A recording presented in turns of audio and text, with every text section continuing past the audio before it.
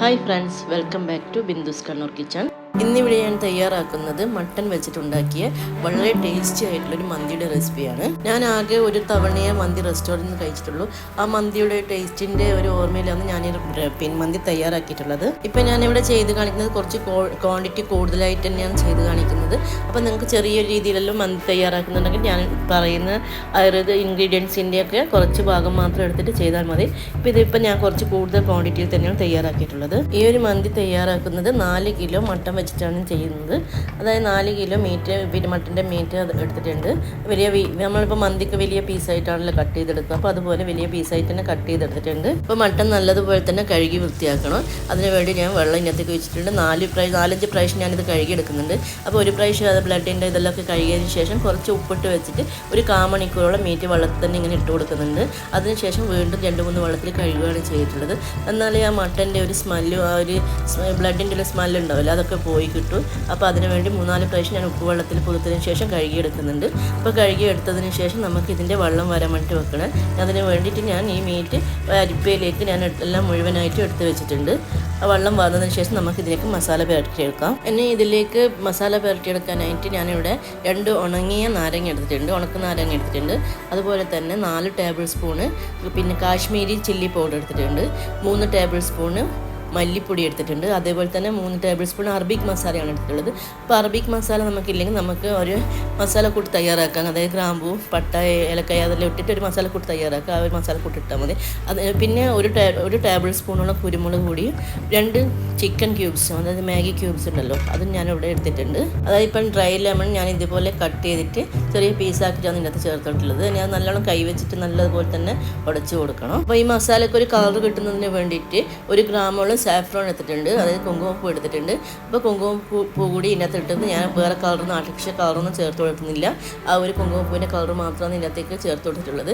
ഇനി ഇതിനകത്ത് ഇത് മിക്സ് ചെയ്തെടുക്കാൻ വേണ്ടിയിട്ട് നമ്മളെ ഗീയാണ്, പശു നെയ്യാണ് ചേർത്ത് കൊടുത്തിട്ടുള്ളത്. ഒരു 4-5 ടേബിൾ സ്പൂണോളം പശു നെയ്യ് അതിൻ്റെ അകത്ത് ചേർത്ത് കൊടുത്തിട്ടുണ്ട്. അതുപോലെ തന്നെ ഒരു 4 ടേബിൾ സ്പൂണോളം ഒലിവ് ഓയിൽ ചേർത്ത് കൊടുക്കും. അപ്പോൾ ഒലിവ് ഓയിൽ നമ്മളെ കയ്യിലില്ലെങ്കിൽ നമുക്ക് സൺഫ്ലവർ ഓയിൽ ചേർത്ത് കൊടുക്കാം. അപ്പോൾ സൺഫ്ലവർ ഓയിൽ, ഒലിവ് ഓയിൽ ഏതെങ്കിലും ഒരു ഓയിലും കൂടി ചേർത്ത് വെക്കുക. ഗീ എന്തായാലും ചേർത്ത് കൊടുക്കണം. ഗീയാണ് ഇതിന് നല്ലൊരു ടേസ്റ്റ് കൊടുക്കുന്നത് ഈ മീറ്റിന്. അപ്പം ഗീയും സൺഫ്ലവർ ഓയിലോ അല്ലെങ്കിൽ ഒലിവ് ഓയിലോ ചേർത്ത് കൊടുക്കുക. ഇനി ഇതിനകത്തേക്ക് ആവശ്യമുള്ള ഉപ്പ് കൂടി ഞാൻ ചേർത്ത് കൊടുത്തിട്ടുണ്ട്. ഉപ്പും കൂടി ചേർത്ത് നല്ലതുപോലെ തന്നെ ഈ മസാല ഒന്ന് കൈവച്ച് നല്ലോണം ഒന്ന് പുരട്ടി കൊടുക്കണം. അതായത് ചിക്കൻ ക്യൂബ്സും മറ്റേ ഡ്രൈ ലെമണിൻ്റെ പീസെല്ലാം ഉണ്ട്, അതൊക്കെ ഈ മസാലയുടെ അകത്തേക്ക് നല്ലോണം തന്നെ ഉടച്ച് ചേർത്ത് കൊടുക്കണം. എന്നിട്ട് ഈ മസാല നല്ലോണം ഒന്ന് കുഴച്ചെടുക്കണം. ഈ പൊടി ഇങ്ങനെ കൈ കൊണ്ട് വെച്ച് ഇങ്ങനെ കുഴച്ചെടുക്കുന്ന സമയത്ത് നമുക്ക് കുഴക്കാൻ പറ്റുന്നില്ലെങ്കിൽ കുറച്ചുകൂടി ഓയിൽ 1-2 ടേബിൾ സ്പൂൺ ഓയിൽ കൂടി ചേർത്ത് കൊടുത്താൽ മതി. എന്നാലും നമുക്ക് നല്ലതുപോലെ ഇതുപോലെ മിക്സ് ചെയ്ത് കിട്ടും. ഇനി ഈ മസാലക്കൂട്ട് നമുക്ക് ഈ മീറ്റിൻ്റെ അകത്തേക്ക് തേച്ച് കൊടുക്കാം. ഓരോ പീസിൻ്റെ അകത്തേക്ക് നല്ലതുപോലെ തന്നെ തേച്ച് കൊടുക്കണം. അപ്പോൾ അതിന് വേണ്ടി ഞാൻ ഇത് മീറ്റിൻ്റെ അകത്തേക്ക് ഇട്ട് കൊടുക്കുന്നുണ്ട്. നിങ്ങളിപ്പോൾ മന്തി തയ്യാറാക്കുന്നത് ചെറിയ അളവിൽ, ഇപ്പോൾ 1 കിലോ ഇറച്ചിക്കൊക്കെ തയ്യാറാക്കുന്നതാണെങ്കിൽ ഈ ഞാൻ കാണിച്ച ഇൻഗ്രീഡിയൻസിൻ്റെയൊക്കെ അളവ് ഞാൻ പറഞ്ഞതിൽ നിന്ന് നേരെ പകുതിൻ്റെയോ 1/4 ഭാഗം ആക്കിയിട്ട് എടുത്താൽ മതി. ഇതേ ഇൻഗ്രീഡിയൻസ് തന്നെ ചേർത്ത് കൊടുക്കണം. എന്നിട്ട് ഇതേപോലെ നല്ലതുപോലെ തന്നെ മീറ്റിൻ്റെ അകത്തൊക്കെ പിടിച്ച് വെക്കണം. അപ്പോൾ മീറ്റിൻ്റെ അകത്ത് നമ്മൾ ഈ മസാല പുരട്ടി വെച്ച് കഴിഞ്ഞാൽ ഏകദേശം ഒരു 2-3 മണിക്കൂറെങ്കിലും ഇത് റെസ്റ്റ് ചെയ്യാൻ വെക്കണം. അല്ലെങ്കിൽ നമ്മളിപ്പം പിറ്റേന്നാണ് ഉണ്ടാക്കുന്നതെങ്കിൽ തലേന്ന് രാത്രിയെങ്കിലും ഇറച്ചി വാങ്ങിയതിന് ശേഷം ഇതേപോലെ മസാല പുരട്ടിയിട്ട് എടുത്ത് വെച്ചാൽ മതി. ഇതിപ്പോൾ ഞാനിപ്പോൾ തലേന്ന് രാത്രിയാണ് ഈ മസാല കൂട്ടി ഇതിനകത്ത് ഇറച്ചിയിലേക്ക് പുരട്ടി വെക്കുന്നത്.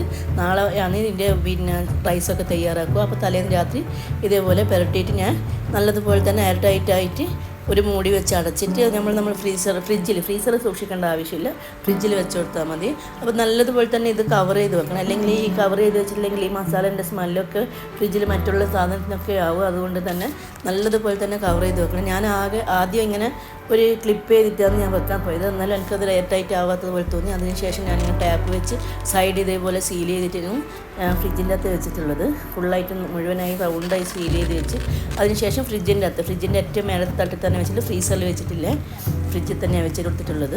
അപ്പോൾ പിറ്റേന്ന് റൈസ് തയ്യാറാക്കുന്നതിൻ്റെ 1-1.5 മണിക്കൂർ മുന്നേ നമുക്ക് ഫ്രിഡ്ജിൽ നിന്ന് മീറ്റ് എടുത്ത് പുറത്ത് വെക്കാം. മസാല ഒക്കെ പുരട്ടി വെച്ചാൽ മീറ്റ് എടുത്ത് പുറത്ത് വെക്കാം. ഇപ്പോൾ ഞാൻ രാവിലെ മീറ്റ് എടുത്ത് പുറത്ത് വെച്ചിട്ടുണ്ട്. ഇനി നമ്മൾ മറ്റുള്ള എല്ലാം കട്ട് ചെയ്ത് എല്ലാം ഇതാക്കുമ്പോഴേക്കും നമുക്ക് ഈ മീറ്റിൻ്റെ തണുപ്പ് കുറച്ച് കുറയും. അപ്പോഴത്തേക്കും പിന്നെ മറ്റുള്ള എല്ലാ ഇൻഗ്രീഡിയൻസും നമുക്ക് തയ്യാറാക്കി വെക്കാം. അപ്പോൾ മീറ്റ് എടുത്ത് പുറത്ത് വെച്ചിട്ടുണ്ട്. ഇനി നമുക്ക് മന്തി തയ്യാറാക്കുന്നതിന് വേണ്ടി ഒരു 6 ഉള്ളിയോളം ഞാൻ ഇതുപോലെ കട്ട് ചെയ്ത് വെച്ചിട്ടുണ്ട്. ചെറിയ സ്ക്വയർ ആയിട്ടാണ് ഞാൻ കട്ട് ചെയ്തെടുത്തിട്ടുള്ളത്. ഏകദേശം ഒരു 6 ഉള്ളി എടുത്തിട്ടുണ്ട്. അതുപോലെ തന്നെ ചുവപ്പും പച്ചയും ക്യാപ്സിക്കം എടുത്തിട്ടുണ്ട്. അപ്പോൾ ഒരു കളർ മാത്രമാണെങ്കിൽ പ്രശ്നമില്ല, ഞാൻ 2 കളർ ഉള്ളതാണ് 2 കളർ എടുത്തിട്ടുള്ളത്. അതുപോലെ തന്നെ ഒരു 3 തക്കാളിയും കൂടി എടുത്തിട്ടുണ്ട്. ഇതിൻ്റെ കൂട്ടത്തിൽ 2 ടേബിൾ സ്പൂണോളം വെളുത്തുള്ളി ഇഞ്ചിയും ചതച്ചത് എടുത്തിട്ടുണ്ട്. അതുപോലെ തന്നെ ഒരു 5-6 പച്ചമുളക് നടുകെ ഇങ്ങനെ കട്ട് ചെയ്ത് വെച്ചിട്ടുണ്ട്. ചീന്തിയിടുകയില്ല, കട്ട് ചെയ്തിട്ടുള്ളത് അങ്ങനെ എടുത്ത് വെച്ചിട്ടുണ്ട്. ഇനി ഇതിൻ്റെ അകത്തേക്ക് ചേർത്ത് കൊടുക്കാനുള്ളത് ഒരു ടേബിൾ സ്പൂണോളം പെരിഞ്ചീരകം, 2-3 ഇല ബേ ലീഫ്, അതേപോലെ തന്നെ 1 ടേബിൾ സ്പൂണോളം കുരുമുളക്, ഒരു 3/4 ടേബിൾ സ്പൂണോളം നമ്മൾ സാധാ നല്ല ജീരകം ഉണ്ടല്ലോ അത് എടുക്കുന്നുണ്ട്. ഒരു 10-15 ഗ്രാമ്പു, അതുപോലെ തന്നെ ഏലക്കായ, ഒരു 5-8 ഏലക്കായ എടുത്തിട്ടുണ്ട്. ഒരു 2-3 കഷ്ണം പട്ട ഇതേപോലെ കട്ട് ചെയ്ത് എടുത്ത് കൊടുത്തിട്ടുണ്ട്. അതുപോലെ തന്നെ 3 സ്റ്റാർ കൂടി എടുത്തിട്ടുണ്ട്. ഈ സ്പൈസസൊക്കെ ഞാൻ ഡയറക്റ്റാണ് ചേർത്ത് കൊടുക്കുന്നത്.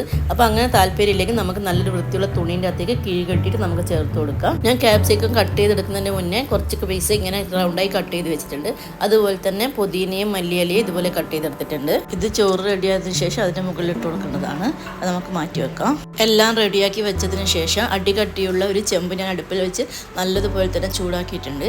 ചൂടായതിനു ശേഷം ഇതിലേക്ക് 2 ടേബിൾ സ്പൂണോളം പശു നെയ്യ് ചേർത്ത് കൊടുക്കുകയാണ്. നെയ്യ് നല്ലതുപോലെ ചൂടായി വന്നതിന് ശേഷം ഇതിലേക്ക് 5 ടേബിൾ സ്പൂണോളം സൺഫ്ലവർ ഓയിൽ ചേർത്ത് കൊടുക്കുന്നുണ്ട്. പശുവിൻ നെയ്യും സൺഫ്ലവർ ഓയിൽ നല്ലതുപോലെ ചൂടായി വന്നതിന് ശേഷം ഇതിൻ്റെ അകത്തേക്ക് സ്പൈസസ് ആണ് ചേർത്ത് കൊടുക്കുന്നത്. നേരത്തെ നമ്മൾ എടുത്ത് വെച്ച സ്പൈസസ് ഒക്കെ ചേർത്ത് കൊടുക്കുകയാണ്.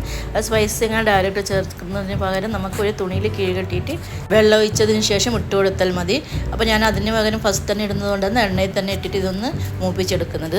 ഈ സ്പൈസസ് ഒക്കെ എണ്ണയിൽ കിടന്ന് നല്ലതുപോലെ മൂത്ത് വന്നതിന് ശേഷം ഇതിൻ്റെ അകത്തേക്ക് ഇഞ്ചിയും വെളുത്തുള്ളിയും ചതച്ചത് ചേർത്ത് കൊടുക്കുകയാണ്. അതിൻ്റെ കൂടെ തന്നെ ഞാൻ പച്ചമുളക് ഇങ്ങനെ ഇതുപോലെ കട്ട് ചെയ്ത് ഇട്ട് കൊടുത്തിട്ടുണ്ട്. പച്ചമുളക് ഇഞ്ചിയും വെളുത്തുള്ളി എണ്ണയിൽ കിടന്ന് മൂത്തതിന് ശേഷം ഇതിലേക്ക് നേരത്തെ അരിഞ്ഞ് വെച്ച സവാളയാണ് ചേർത്ത് കൊടുക്കുന്നത്. സവാള നന്നായി ചെറുതായിട്ടാണ് അരിഞ്ഞിട്ടുള്ളത്. ഇങ്ങനെ ഇതേപോലെ സ്ക്വയറായിട്ടാണ് അരിഞ്ഞ് വെച്ചിട്ടുള്ളത്. അപ്പോൾ അതുകൂടി ചേർത്തിട്ട് നല്ലതുപോലെ ഒന്ന് ഇളക്കി കൊടുക്കുകയാണ്. ഈ സവാള ചെറുങ്ങനെ ഈ എണ്ണയിൽ കിടന്നൊന്ന് വാടി കിട്ടിയാൽ മതി. കൂടുതലായിട്ട് ബ്രൗൺ കളറൊന്നും ആവേണ്ട ആവശ്യമില്ല. ചെറിയ രീതിയിലൊന്ന് എണ്ണയിൽ കിടന്ന് മൂപ്പിച്ചെടുത്താൽ മതി. ഉള്ളി എണ്ണയിൽ കിടന്ന് സോഫ്റ്റായി വന്നതിന് ശേഷം ഇതിനകത്തേക്ക് തക്കാളിയാണ് ചേർത്ത് കൊടുക്കുന്നത്. തക്കാളി ഇട്ടിട്ട് ഒന്ന് വഴറ്റിയെടുക്കണം. തക്കാളി അതൊന്ന് സോഫ്റ്റ് ആവുന്നത് വരെ വഴറ്റി കൊടുക്കാം. ഇതുപോലെ ഉള്ളിയും തക്കാളിയെല്ലാം ചേർത്ത് വഴറ്റി ചോറ് ഇപ്പോൾ ഇതിനകത്ത് വെള്ളം ഒഴിച്ച ചോറുണ്ടായി കഴിഞ്ഞാൽ മന്തി റൈസ് കഴിക്കാൻ നല്ല ടേസ്റ്റാണ്. അതിന് വേണ്ടിയിട്ടാണ് ഉള്ളിയും തക്കാളിയൊക്കെ ചേർത്ത് കൊടുക്കുന്നത്. അപ്പോൾ തക്കാളി ഇപ്പോൾ ഒന്ന് സോഫ്റ്റായി വന്നിട്ടുണ്ട്. ഇനി ഇതിലേക്ക് ചേർത്ത് കൊടുക്കുന്നത് ക്യാപ്സിക്കാണ്. ക്യാപ്സിക്കം ഞാൻ 2 കളർ ക്യാപ്സിക്കം എടുത്തുള്ളത്, ചുവപ്പും പച്ചയും എടുത്തിട്ടുണ്ട്. ആ ക്യാപ്സിക്കം അതിൻ്റെ അകത്ത് ഇട്ട് കൊടുക്കുന്നു. മട്ടൺ ഏകദേശം 4 കിലോ വെച്ചിട്ട് ചെയ്യുന്നതുകൊണ്ട് തന്നെ കുറച്ച് ക്വാണ്ടിറ്റി കൂടുതലാണല്ലോ. അപ്പോൾ ഹസ്ബൻഡ് മോനൊക്കെ ഹെൽപ്പ് ചെയ്യാനായിട്ട് കൂടിയുണ്ട്. ഈ സമയം ഇതിലേക്ക് കുറച്ച് ഉപ്പ് കൂടി ചേർത്ത് കൊടുക്കുന്നുണ്ട്. ഇതിലിപ്പോൾ ചേർത്തുള്ള എല്ലാം നല്ലതുപോലെ സോഫ്റ്റായി കിട്ടിയിട്ടുണ്ട്. ഇനി നമുക്ക് മാഗ്നേറ്റ് ചെയ്ത് വെച്ച മട്ടൺ അതിലേക്ക് ഇട്ട് കൊടുക്കാം. അപ്പോൾ ഓരോ പീസായിട്ട് നമുക്ക് നെറ്റി ഇട്ട് കൊടുക്കുകയാണ് ചെയ്യുന്നത്. ഇപ്പോൾ മട്ടൻ മുഴുവനായിട്ട് അതിങ്ങനെ നിരത്തി വെച്ചതിന് ശേഷം ഇതിൻ്റെ അകത്തേക്ക് നമ്മൾ ഇത് പുരട്ടി വെച്ചതിനകത്തുള്ള ഡ്രൈ ലെമണിൻ്റെ പീസൊക്കെ ഉണ്ട്, അതൊക്കെ ഇതിനകത്തേക്ക് ഇട്ട് കൊടുക്കണം. അതിനുശേഷം ഇത് ഒരു മൂടി വെച്ച് അടച്ച് വെക്കുക. അതിന് 2-3 മിനിറ്റ് ഹൈ ഫ്ലെയിമിൽ തന്നെ ഒന്ന് നല്ല ഹാവി ആയിട്ട് എടുക്കണം. അതിനുശേഷം മാരിനേറ്റ് ചെയ്ത് വെച്ച പാത്രത്തിൽ കുറച്ച് മസാലയുടെ ഇതെല്ലാം ഉണ്ടായിരുന്നു. അപ്പോൾ അത് കുറച്ച് വെള്ളം ഒഴിച്ച് അയഞ്ഞിട്ട് ഈ മട്ടൻ്റെ ഈ കൂട്ടിനകത്തേക്ക് ഒഴിച്ചു കൊടുക്കണം. അപ്പോൾ ഇനി വെള്ളത്തിൻ്റെ അളവാന്ന് പറയുന്നത് 3 കപ്പ് അളവിലാണ് ഞാൻ റൈസ് എടുത്തിട്ടുള്ളത്. ഏകദേശം ഒരു 3.5 കിലോളം റൈസ് വരുന്നുണ്ട്. അപ്പോൾ വലിയ കപ്പിൻ്റെ അളവിലാണ് ഞാൻ എടുത്തിട്ടുള്ളത്. അപ്പോൾ ആ കപ്പ് 3 കപ്പിന് 4.5 കപ്പ് എന്ന കണക്കിലാണ് വെള്ളം ഇതിനകത്തേക്ക് ഞാൻ ഒഴിച്ചിട്ടുള്ളത്. 4.5 കപ്പ് വെള്ളം ഒഴിച്ചതിന് ശേഷം ഇതിൻ്റെ അകത്തേക്ക് ഇട്ട് കൊടുക്കുന്നത് ഡ്രൈ ലെമണാണ്. 4 ഡ്രൈ ലെമൺ ഞാൻ ഇതിൻ്റെ അകത്തേക്ക് ഇട്ട് കൊടുക്കുന്നുണ്ട്. ഇതിൻ്റെ കൂടെ തന്നെ 2 മാഗി ക്യൂബ്സ് ഇതിനകത്തേക്ക് പൊടിച്ച് ചേർത്ത് കൊടുക്കുന്നുണ്ട്. മാഗി ക്യൂബ്സ് ഇതുപോലെ പൊടിച്ചിട്ട് ഇതിനകത്തേക്ക് ഇട്ട് കൊടുക്കുന്നുണ്ട്. മട്ടൻ വേവാൻ എന്തായാലും ഒരു 1.5 മണിക്കൂറോളം സമയം എടുക്കും. അപ്പോൾ ഇത് നമുക്ക് നല്ലതുപോലെ തന്നെ അടച്ച് വെച്ച് വേവിക്കാം. ഇത് നല്ലതുപോലെ തിള വന്നതിന് ശേഷം നമുക്ക് തീ ഒരു മീഡിയം ഫ്ലെയിമിലിട്ടിട്ടാണ് ഇനി വേവിച്ചെടുക്കേണ്ടത്. ഹൈ ഫ്ലെയിമിലിട്ട് വേവിക്കേണ്ട, അന്നേരം വെള്ളം വേഗം വറ്റിപ്പോവും. അപ്പോൾ അതുകൊണ്ട് ഒരു മീഡിയം ഫ്ലെയിമിലിട്ട് നമുക്കിത് വേവിച്ചെടുക്കാം. മട്ടൻ അടുപ്പത്ത് വെച്ച് ഒരു 3/4 മണിക്കൂർ ആയതിനു ശേഷം ഞാൻ ഇതിനകത്തേക്ക് ഇടാനുള്ള അരിയും കുതിർത്ത് വെക്കാൻ പോവുകയാണ്. അതായത് ഞാനിവിടെ 3.5 കിലോളം അരിയാണ് എടുത്തിട്ടുള്ളത്. ഈ ഒരു മഗ്ഗാണ് അളവാക്കിയിട്ട് എടുത്തിട്ടുള്ളത്.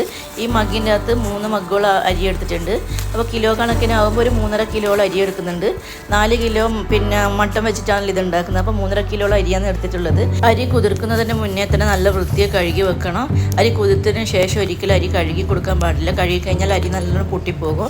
അപ്പോൾ അരി കുതിർത്ത് വെക്കുന്നതിന് തൊട്ട് മുന്നേ തന്നെ നല്ല വൃത്തിയിൽ 3-4 വെള്ളത്തിൽ കഴുകി വൃത്തിയാക്കുക. അതിനുശേഷം അരമണിക്കൂർ പിന്നെ നമ്മൾ കുടിക്കാൻ എടുക്കുന്ന വെള്ളമെല്ലാം ഉണ്ടല്ലോ അതിൻ്റെ അകത്തേക്ക് കുതിർത്ത് വെക്കുക. കുതിർത്ത് വെച്ച അരി ഒരിക്കലും വീണ്ടും കഴുകാൻ പാടില്ല.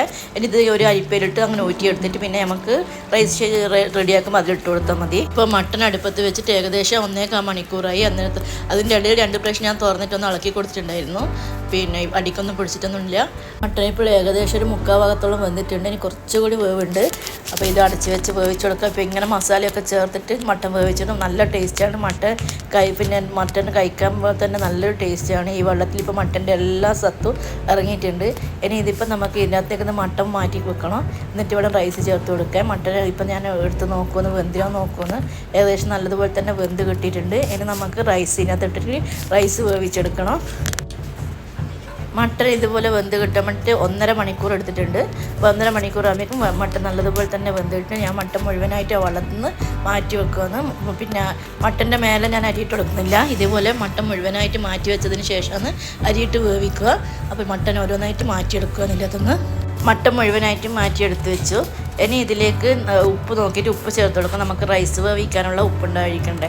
അപ്പോൾ അതിന് ഉപ്പ് ചേർത്ത് കൊടുക്കണം. ഉപ്പ് നോക്കി കുറച്ച് വേണ്ടി വന്നിട്ടുണ്ട്. അതുകൊണ്ട് ഞാൻ ഉപ്പ് കൂടി കുറച്ച് ചേർത്ത് കൊടുത്തു. ഇത് നല്ലതുപോലെ മിക്സ് ചെയ്തിട്ട് ഒന്ന് തിളക്കാൻ വേണ്ടിയിട്ട് ഒന്ന് അടച്ച് വെക്കണം. ഇപ്പോൾ ഈ മസാലേൻ്റെ വെള്ളം നല്ലതുപോലെ തന്നെ തിളച്ച് വന്നിട്ടുണ്ട്. ഇനി ഇതിലേക്ക് നമുക്ക് കഴുകി ഊറ്റി വെച്ച റൈസ് ചേർത്ത് കൊടുക്കുക. അരി മുഴുവനായി ഇട്ട് കൊടുത്തതിന് ശേഷം നല്ലതുപോലെ ഒന്ന് മിക്സ് ചെയ്ത് കൊടുക്കുക. എന്നിട്ട് അതിന് ശേഷം ഇതിലേക്ക് മല്ലിയിലയും പുതിനയിലും നേരത്തെ കട്ട് ചെയ്ത് വെച്ചിട്ടുണ്ടല്ലോ അതും കൂടി ഇട്ടിട്ട് അടച്ച് വെച്ച് കൊടുക്കുകയാണ് ചെയ്തിട്ടുള്ളത്. അരി ഇപ്പോൾ ഏകദേശം ഒരു 10 മിനിറ്റ് കൊണ്ട് ഒരു 80% വെന്ത് കിട്ടിയിട്ടുണ്ട്. ഇനി ഈ വെന്ത ചോറൊന്ന് നല്ലതുപോലെ ഒന്ന് ഇളക്കി യോജിപ്പിച്ച് കൊടുക്കണം. അതായത് പൊട്ടിപ്പോവാതെ നല്ല ചെറിയ രീതിയിൽ വേണം ഇതൊന്ന് മിക്സ് ചെയ്ത് കൊടുക്കാൻ വേണ്ടിയിട്ട്. അപ്പോൾ ഇതിൻ്റെ അകത്ത് ചെറിയ രീതിയിൽ വെള്ളമുണ്ട്. വെള്ളം മുഴുവനായിട്ടും വറ്റിയിട്ടില്ല. ചെറിയ രീതിയിലുണ്ട് വെള്ളം. ഇനി ഇതിൻ്റെ അകത്തേക്ക് ഞാൻ വെച്ച് കൊടുക്കുന്നത് പച്ചമുളകാണ്. നീളത്തിൽ തന്നെ പിന്നെ കട്ട് ചെയ്യാണ്ട് മുഴുവൻ പച്ചമുളക് തന്നെ ഇതുപോലെ കുത്തി വെച്ചെടുക്കുകയാണ് ചെയ്തിട്ടുള്ളത്. അതുപോലെ തന്നെ കുറച്ച് ക്യാരറ്റ് കൂടി റൗണ്ടായി കട്ട് ചെയ്തിട്ട് ഇതുപോലെ വെച്ച് കൊടുക്കുന്നുണ്ട്. അപ്പോൾ ഇതൊക്കെ ഈ മസാലേൻ്റെ അകത്ത് നിന്ന് എടുത്ത് കഴിക്കാൻ വേണ്ടി നല്ല ടേസ്റ്റാണ്. ഈ മസാലേൻ്റെ അകത്ത് പിന്നെ ക്യാരറ്റൊക്കെ ആവിയിലൊന്ന് വെന്ത് കിട്ടിക്കഴിഞ്ഞാൽ ഇനി അതുപോലെ തന്നെ നമ്മൾ നേരത്തെ റൗണ്ടായി കട്ട് ചെയ്ത് വെച്ച ക്യാപ്സിക്കം ഉണ്ടല്ലോ, റെഡും ഗ്രീനും, ആ ക്യാപ്സിക്കം കൂടി ഇതിനകത്ത് ഇട്ട് കൊടുക്കുന്നുണ്ട്. അപ്പോൾ മുഴുവനായിട്ടെല്ലാം ഇങ്ങനെ ചേർത്ത് വെച്ച് കൊടുത്തതിന് ശേഷം ഇതിൻ്റെ മുകളിൽ നമ്മൾ നേരത്തെ മാറ്റി വെച്ച മട്ടനാണ് ഇട്ട് കൊടുക്കേണ്ടത്. വേവിച്ച് വെച്ച മട്ടൻ ഉണ്ടല്ലോ അതാണ് ചേർത്ത് കൊടുക്കേണ്ടത്. മട്ടൻ മുഴുവനായിട്ടും ഇതുപോലെ ഒന്ന് നിരത്തി വെച്ചതിന് ശേഷം അതിൻ്റെ അകത്ത് നൂറി വന്ന കുറച്ച് വെള്ളം കൂടി ഉണ്ടായിരുന്നു. ആ വെള്ളം കൂടി ഇതിനകത്തേക്ക് ഒഴിച്ചു കൊടുക്കുകയാണ് ചെയ്തിട്ടുള്ളത്. ഇനി ഇതിൻ്റെ മുകളിൽ നമുക്കൊരു സ്മോക്കിംഗ് കിട്ടാൻ വേണ്ടിയിട്ട് ഒരു ചാർക്കോളൊന്ന് പുകയിച്ച് കൊടുക്കണം. ചാർക്കോൾ കത്തിച്ച് വെച്ചിട്ടുണ്ട്. ഇനി ഈ കത്തിച്ച് വെച്ച ചാർക്കോളിനകത്ത് കുറച്ച് പശു നെയ്യാണ് ഗീയാണ് ചേർത്ത് കൊടുക്കുന്നത്. അപ്പോൾ പശു നെയ്യ് ഇതുപോലെ ചാർക്കോളിനകത്തൊക്കെ ഒന്ന് പിന്നെ ഇട്ട് കൊടുത്തു കഴിഞ്ഞാൽ നല്ലൊരു സ്മോക്ക് വരും. അപ്പോൾ ആ സ്മോക്ക് വന്നപ്പോഴേ അടച്ചു വെച്ചിട്ടുണ്ട്. ഈ മൂടി ഒന്ന് ടൈറ്റായി കിട്ടുന്നതിന് വേണ്ടി ഇങ്ങനെ ടാപ്പ് വെച്ചിട്ട് സീൽ ചെയ്യുകയാണ് ചെയ്തിട്ടുള്ളത്. ഫുള്ളായിട്ട് റൗണ്ടാക്കിയിട്ട് ഇതുപോലെ സീൽ ചെയ്ത് വെച്ചിട്ട് ഒന്ന് ദമ്മാക്കി എടുക്കുന്നത്. അത് മുഴുവനായിട്ട് ഇതുപോലെ ചുറ്റിച്ചൊന്ന് സീൽ ചെയ്ത് വെച്ചിട്ടുണ്ട്. ഇനി ഇതിൻ്റെ മുകളിലേക്ക് കുറച്ച് നല്ല വെയിറ്റോട് കൂടി ഒരു പാത്രം കൂടി വെച്ചിട്ടുണ്ട്. ഏകദേശം ഒരു 20 മിനിറ്റോളം ഇതുപോലെ ചെറിയ തീയിൽ ദമ്മാക്കി വെച്ച് കൊടുത്തിട്ടുണ്ട്. അതിനുശേഷം നമ്മളിത് തുറന്ന് നോക്കുകയാണ്. സീല് പൊളിച്ചിട്ട് ഒന്ന് തുറന്ന് നോക്കുകയാണ്.